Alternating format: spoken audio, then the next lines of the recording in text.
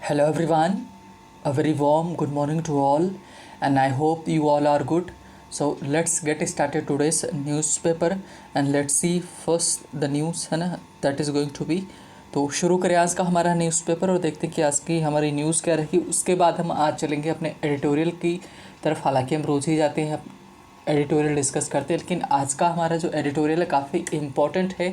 किसके ऊपर है? इज़राइल और फ़लस्तीन के रिलेशंस को लेकर के है, तो काफ़ी इम्पोर्टेंट है। नई चीज़ें आपको सीखने को मिलेंगी, तो एंड तक ज़रूर देखिएगा। तो चलिए शुरू करते हैं पहले न्यूज़ हम, उसके बाद चलेंगे डिस्कशन पर जो हमारा एडिटोरियल का। तो जो पहली न्यूज़ हमारी आ रही है वो आ रही है ना, एरोसोल्स जो कोरोना वायरस उसी से जुड़ी हुई है। तो उसमें बोला क्या गया है कि aerosols can travel up to 10 metre, ventilation is the key says government.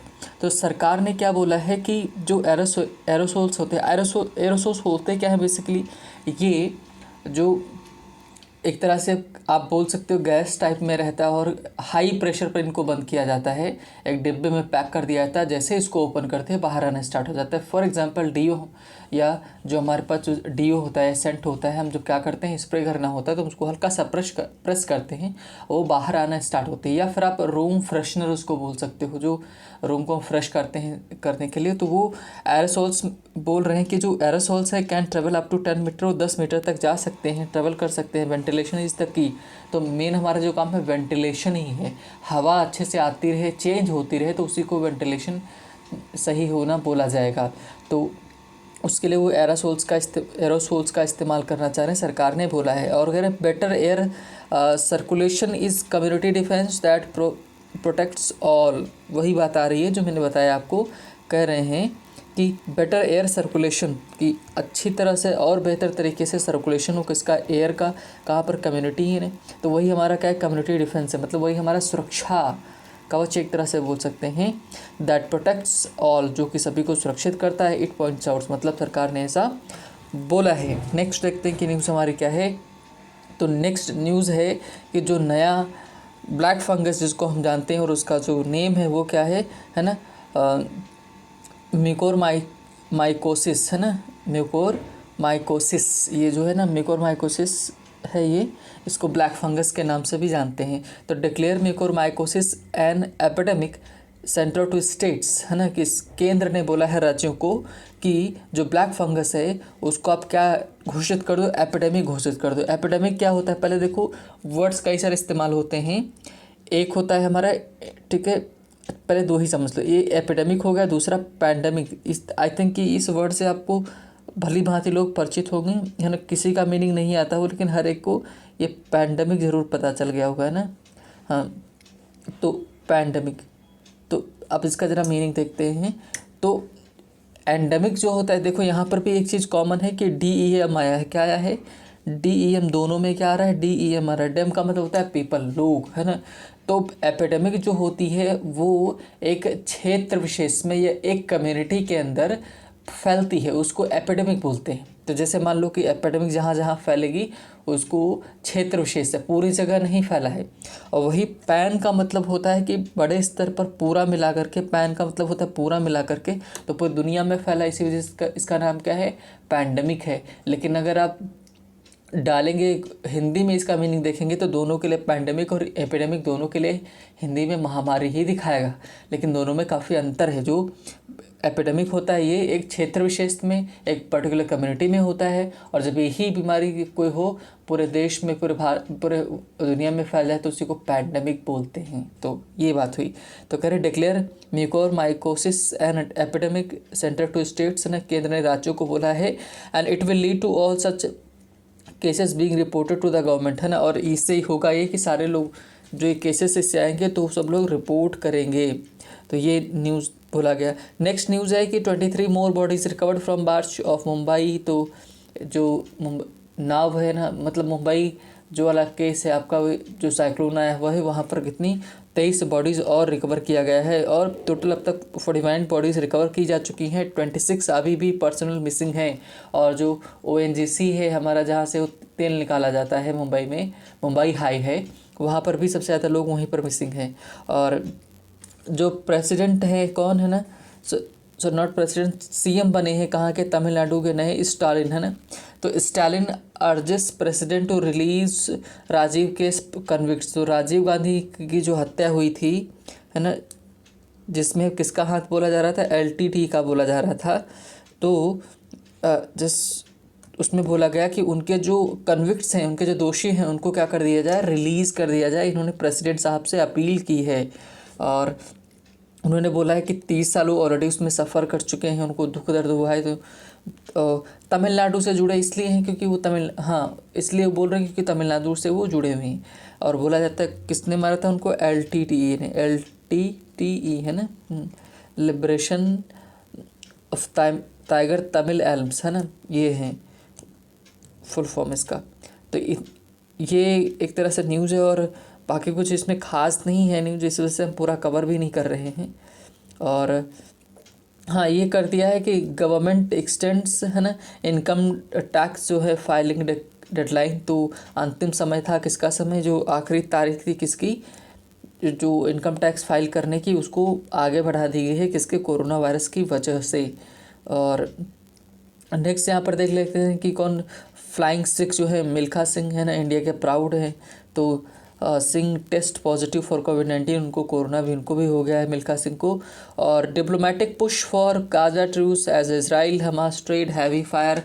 तो हम आज यही डिस्कस करने वाले हैं कि जो हमारा मेन इशू है कौन सा, कि गाजा, यानी कि जो गाजा पट्टी के नाम से भी जानते हैं, गाजा स्ट्रिप के नाम से जानते हैं, इसी के ऊपर हमारी एक चर्चा आज रहेगी, काफ़ी डिटेल में हम जाने वाले हैं, है ना। तो उसमें क्या बोला गया, डिप्लोमेटिक पुश। डिप्लोमेटिक पुश का मतलब क्या होता है कि एक रणनीतिक तरीके से, है ना, कि बोल सकते हैं कूटनीतिक तरीके से चीज़ों को समझा करके सही किया जाए, दोनों के बीच में जो खराबियाँ चल रही हैं, है ना, और उसमें लोग मारे जा रहे हैं, पूरी दुनिया यही बोला जा रहा है। और जो आपका ट्रूस क्या होता है, आप बोल सकते हो सीज़ फायर, है ना, युद्ध विराम। ट्रूस का मतलब क्या होता है, युद्ध विराम, एक तरह से संधि हो जाए इजराइल और किसके बीच में, फ़लस्तीन के बीच में, जो हमास है ना, ट्रेड हैवी फायर जो दोनों के बीच में चल रही है।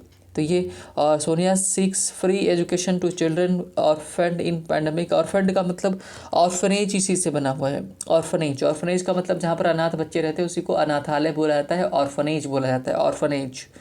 तो सोनिया गांधी चाहती हैं जो बच्चे अनाथ हुए हैं पैंडमिक में उनको फ्री शिक्षा दी जाए।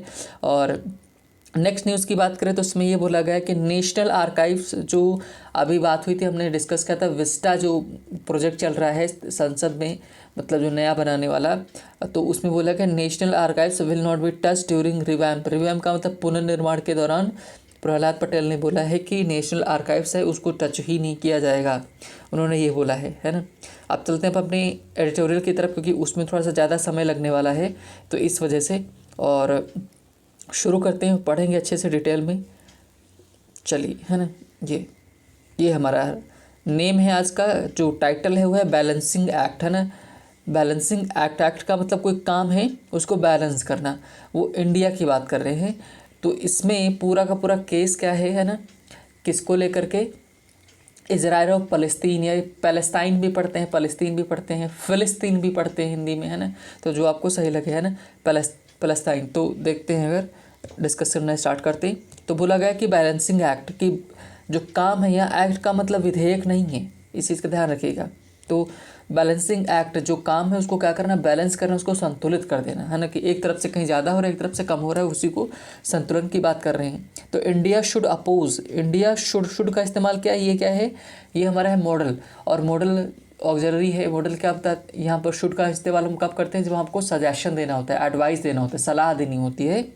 तो India should oppose discriminate, indiscriminate लिखा हुआ है, लेकिन पहले डिस्क्रिमिनेट का मतलब समझो। डिस्क्रिमिनेट का मतलब था भेदभाव करना, इनडिस्क्रिमिनेट ये क्या लग गया, प्रीफिक्स लग गया, जिसका मतलब नॉट होता है ज़्यादातर केसेस में। तो इनडिस्क्रिमिनेट का मतलब बगैर अंतर की है, मतलब आधाधुंध तरीके से, है ना। तो कह रहे इंडिया शुड अपोज, इंडिया को अपोज करना चाहिए, विरोध करना चाहिए, जो आधाधुंध तरीके से क्या, अटैक्स जो अटैक हो रहे हैं ऑन इजराइल पर, करके इजराइल के ऊपर जो आधाधुंध तरीके से हमास बॉम्बिंग कर रहा है रॉकेट की, उसका इंडिया को विरोध करना चाहिए। एंड करें कि और किसका विरोध करना चाहिए, डिसप्रपोर्शनेट, सिर्फ इतना नहीं, डिसप्रपोर्शनेट मतलब असंगत तरीके से, है ना, बॉम्बिंग ऑन गाजा। और जो कह रहे कि गाजा पर जो बॉम्बिंग की जा रही है है ना, उसका भी असंगत तरीके से जो हो रही है, कहने का मतलब है असंगत क्यों बोला, क्योंकि अगर हमास एक दागता है ना, तो अगर मान लो जितने रॉकेट दागता है उसके बदले में इसराइल का जो आयरन डोम सिस्टम है ना, जो मिसाइल इंटरसेप्टर है, वो क्या करता है कि वो मिसाइल की अगर 10 मारेगा तो उसमें से 9 को वहीं पर बीच में ही नष्ट कर सकता है। तो इस वजह से क्या है कि जब वो एक करते हैं तो ये बहुत ज़्यादा नुकसान पहुंचाता है, कौन, इजराइल। तो इस वजह से बोला गया है कि जो भारत को आधाधुन तरीके से अटैक हो रहा है इसराइल के ऊपर, उसको अपोज करे, साथ ही में जो गाज़ा के ऊपर इसराइल के द्वारा हो रहा है उसका भी अपोज करे, वो दोनों की उन्होंने बात बोली है। तो चलिए शुरू करें। उसके पहले बीच में मैं आपको नक्शा भी दिखाऊंगा कि कहाँ पर है, कैसे चीज़ें हैं। तो एट द अप है क्या, एट द ओपन, पहले ज़रा मैं आपको मैप पे दिखा देता हूँ, है ना, कि मैप में एक्चुअली है क्या, कि तो मैप से क्लियर हो जाएगा, है ना। तो चलिए थोड़ा सा, हाँ, वेर वी आर, यस, हाँ हाँ, स्क्रीनशॉट में होना चाहिए ये, है ना। ये जो मैप आपको दिख रहा है, कि आई होप आपको यहाँ पर दिख रहा होगा। तो जो गाजा स्ट्रिप है वो है ये, यहाँ पर है जहाँ से मैं लाइन खींच रहा हूँ।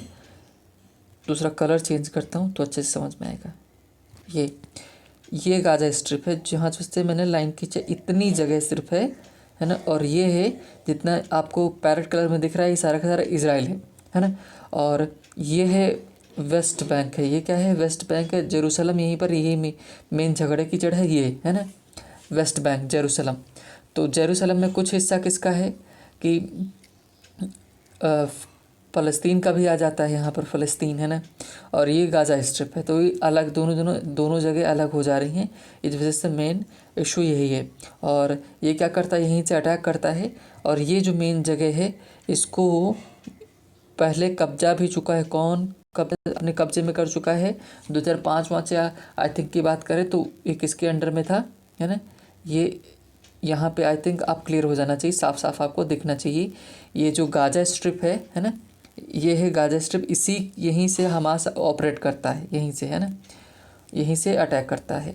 और जो दूसरा वाला हिस्सा है, जो मेन झगड़े की जड़ है, वो कह रहा है कि ये वाला वेस्ट बैंक जो है जेरूसलम है ना, जेरूसलम आपको दिख रहा होगा, ये है मेन झगड़े की जड़।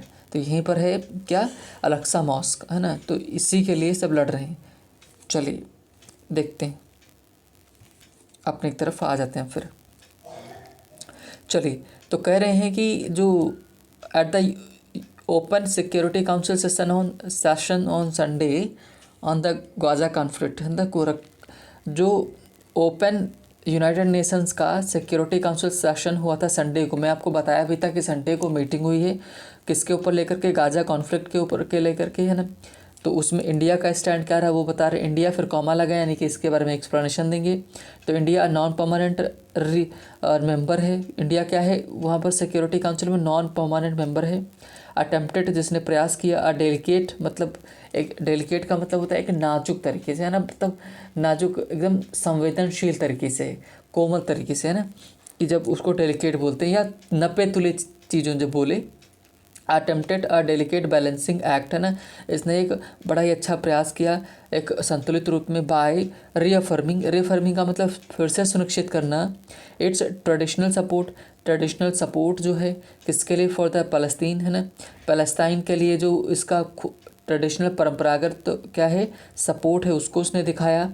Cause without abandoning its new friend Israel, without abandoning का मतलब त्यागना, छोड़े, है ना, बगैर छोड़े किसको, इट्स न्यू फ्रेंड इसराइल को बगैर छोड़े उसने साथ में क्या बोला कि अफर्म किया, सुनिश्चित किया है कि इंडिया जो है वो फ़लस्तीन को अपना एक देश, फ़लस्तीन को देश मानता है। लेकिन इसराइल क्या बोलता है कि फ़लस्तीन देश है ही नहीं। लेकिन अगर सच बात बोलें तो जहाँ पर आज इसराइल है वो पहले फ़लस्तीन हुआ करता था, लेकिन वो ऑटोमन एम्पायर में आता था, है ना। और अंग्रेज़ों ने मिलकर के नौटंकी उन्हीं की हुई है मेन उनकी। तो चलिए मीन्स आगे बढ़ते हैं। उसके पहले मेरा आपसे क्वेश्चन ये मेरा है आपसे कि आपको इसको पूरा पढ़ने के बाद ये बताना है कि राइटर किसकी तरफ है, किसको सपोर्ट करना चाहता है, कि पैलेस्टाइन को सपोर्ट करना चाहता है या इज़राइल को सपोर्ट करना चाहता है ना, या किसी की भी तरफ नहीं है। तो कमेंट सेक्शन में ज़रूर आंसर करें इसका, है ना। तो चलिए आगे देखते हैं। करेक्ट टीएस है ना, टीएस त्रिमूर्ति, ये कहाँ है, इनके बारे में देखो बताएंगे क्योंकि कॉमा लगा के लिख रहे हैं। Correct TS Tirumurti India's permanent representative at the United Nations. United Nations में जो परमानेंट प्रतिनिधित्व हैं, प्रतिनिधि हैं कौन, है ना, टीएस त्रिमूर्ति। उन्होंने क्या दिखाया क्या कंसर्न, चिंताएं, और किसके ऊपर, वायलेंस इन जेरूसलम में जो वायलेंस हुआ है उसके ऊपर उन्होंने अपनी चिंता व्यक्त की।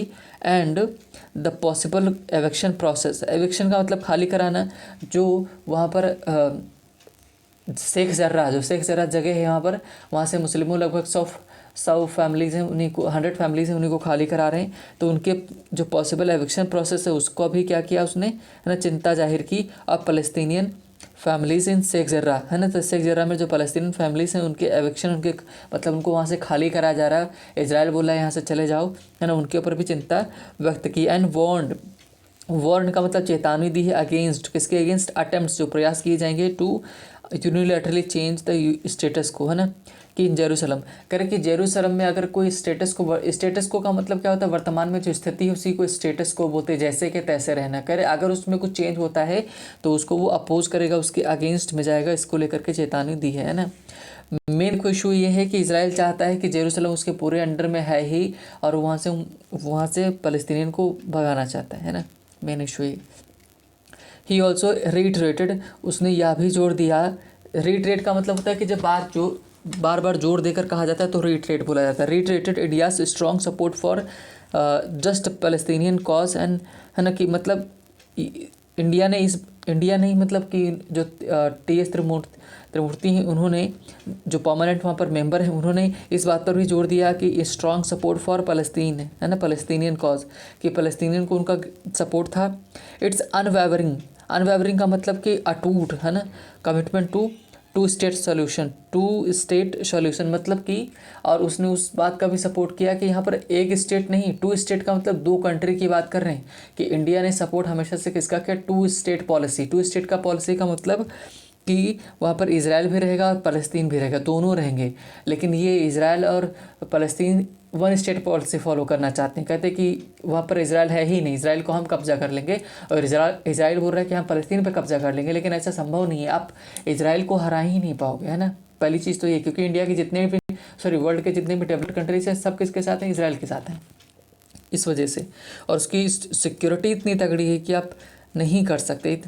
सभी लोगों ने ट्राई किया, सीरिया, है ना, जॉर्डन, अरब, है ना, सऊदी अरब, कि जिसने भी ट्राई किया ख़त्म हो गया है ना, कि सब ने हार मान ली। इजिप्ट, इन सब ने हार मान के बैठे हुए, अब इनको पता नहीं क्या हो गया है। तो आगे बोल रहे हैं कि but India was careful not to upset Israel sensitivities, है ना, कि अब देखो राइटर बोल रहे हैं कि इंडिया बहुत ही केयरफुल था, है, सावधान था, किसको लेकर कि वो जो इजराइल है उसके जो संवेदनशीलता है उसको हर्ट ना करे, वो उनकी भावनाओं को हर्ट ना करे, क्योंकि इंडिया और इजराइल की बहुत अच्छी बनती है, बहुत अच्छे दोस्त हैं। 2014 से अगर बात करें तो there is a direct condemnation of rocket attacks from Gaza, कर कि गाजा से जो गाजा स्ट्रिप से जो रॉकेट अटैक हुए हमास के द्वारा, उसका एकदम खुले में उसकी आलोचना की गई। But no direct reference to disproportionate bombing Israel has been carrying out on the impoverished Gaza strip since May 10, है ना। कर 10 मई से जो एम्पावरिस्ड, उन्होंने बोला कि गरीब बेचारा जो गाजा स्ट्रिप है ना, वो, अब देखो राइटर देखो कैसे शब्द इस्तेमाल कर रहे हैं गाजा के लिए, कि अब बेचारा उसको कह रहा है कि अटैक करोगे तो क्या होगा ना। तो राइटर बोल रहा है कि इंडिया ने इजराइल के ऊपर जो अटैक किया गाजा ने, उसका तो अच्छे से खुलकर विरोध किया, लेकिन वो गाजा के ऊपर जो इजराइल के द्वारा बॉम्बिंग की गई उसका उसने विरोध नहीं किया। आगे देखते हैं, खुलकर बोला, सामने नहीं आया। India also did not make any reference to status of Jerusalem और future borders of the 2 states, है ना, करें ना ही इंडिया ने कोई डिड नॉट मेक कोई भी एक तरह से स्टेटमेंट भी नहीं दिया किसको लेकर के, जो स्टेटस है जेरूसलम का उसको को लेकर के, और फ्यूचर में बॉर्डर्स क्या रहेंगे दोनों स्टेट के उनको लेकर के भी कुछ नहीं बोला है। In line with recent change in its policy, वर्तमान की जो इसकी पॉलिसी है उसमें कोई बदलाव नहीं किया है। अनटिल 2017 तक कह रहे थे India's position was that it supported creation of independent है ना सॉवरन का मतलब संप्रभु फ़लस्तीन स्टेट बेस्ड ऑन 1967 बॉर्डर है ना, कि जो 1967 में बॉर्डर स्वीकार किए गए थे, इंडिया ने फ़लस्तीन के उस क्रिएशन को जहाँ पर बनाया गया था उसको स्वीकार करता है ना। And East Jerusalem as its capital to lives alongside Israel है ना। मैंने आपको बताया है कि ईस्ट जो जेरूसलम है वही मेन जो झगड़े की है ना, ईस्ट जेरूसलम है उसको उसने क्या बोला है कि ये बात बोली है कि उसको कैपिटल है किसकी मानी गई थी, फ़लस्तीन की है ना, उसको भी वो एक्सेप्ट करता है। आगे देखते हैं, the balancing did not appear to have gone down well with the Israel side. कह रहे हैं कि जो बैलेंस किया गया है, इंडिया ने जो बोला है वो इजराइल के साइड अच्छा नहीं किया उसने है ना, मतलब इजराइल के साइड उसने अच्छा नहीं किया, मतलब कि राइटर कह रहा है कि इजराइल को भी इस पे बोलना चाहिए, इजराइल को लेकर के भी बोलना चाहिए था कि तुम क्यों बॉम्बिंग कर रहे हो, ये सब बोलना चाहिए था, क्योंकि हमास को उसने बोला है ना, तो इस वजह से पूरा इजराइल की तरफ इन्होंने कुछ नहीं बोला है। When prime minister Benjamin Netanyahu who has a good rapport का मतलब क्या है, एक तरह से घनिष्ठता है ना। रैपोर्ट का मतलब एकदम लगाव, घनिष्ठता जो है किसके साथ, नरेंद्र मोदी के साथ। थैंक्स की जो करें बेंजामिन नेतन्याहू की जो घनिष्ठता है नरेंद्र मोदी के साथ, थैंक 25 कंट्रीज़ मतलब 25 देशों को उन्होंने हाल ही में उनके सपोर्ट के लिए उनको थैंक किया ट्विटर पर। And he said stood with Israel है ना, that he said stood with Israel की उन्होंने कहा कि इसराइल के साथ रहिएगा। There was no reference to India, लेकिन इंडिया को लेकर के कोई रेफरेंस नहीं किया गया है ना, कि नहीं बोला।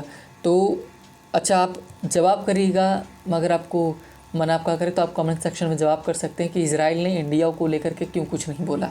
और चलिए आगे देखते हैं। फॉर इंडिया के लिए which voted against the creation of Israel historic Palestine in 1947, मतलब 1947 में कि जो इसने वोट किया था किसके अगेंस्ट, इसराइल के अगेंस्ट किया था वोट किसने, इंडिया ने है ना, उसके क्रिएशन को लेकर के। In the UN general assembly मतलब यूनाइटेड नेशंस के जनरल असेंबली में है ना, ties with Israel have transformed since early 1990s, मतलब कि 1990 के बाद शुरुआत में अगर बात करें वो समय से इसराइल के साथ संबंध अच्छे हुए। In 2017 mister Modi became the first Indian prime minister to visit Israel है ना, and mister Netanyahu travel to India in 2018।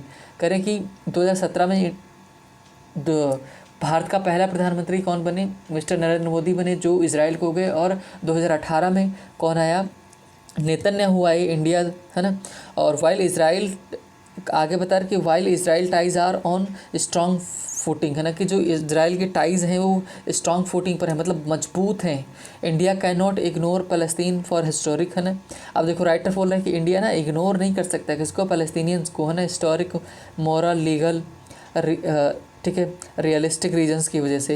Historically India which went through the horrors of 1947, अब देखो कहाँ से कहाँ जोड़ रहे हैं, कह रहे कि जैसे 1947 में इंडिया ने सफ़र किया है ना, तो उस हिसाब से अपोज्ड पार्टीशन ऑफ फ़लस्तीन, तो फ़लस्तीन के भी जो पैलेस्टाइन है ना उसके भी पार्टीशन को उसने अगेंस्ट में रहा उसके, जैसा कि इंडिया का जब बंटवारा होता तो अपने अगेंस्ट में भी तो है ना। तो अब आगे कह रहे हैं कि through out the cold war का मतलब होता है कि दो देश शामिल नहीं होते हैं आपस में, लेकिन जो दो मान लो एक ए देश है दूसरा बी देश है, अगर दोनों के बीच में दुश्मनी है तो जब कोल्ड वॉर चलता है तो ये इनके दोस्तों को मारते हैं, ये इनके दोस्तों को मारते हैं ना, ये कोल्ड वॉर में होता है।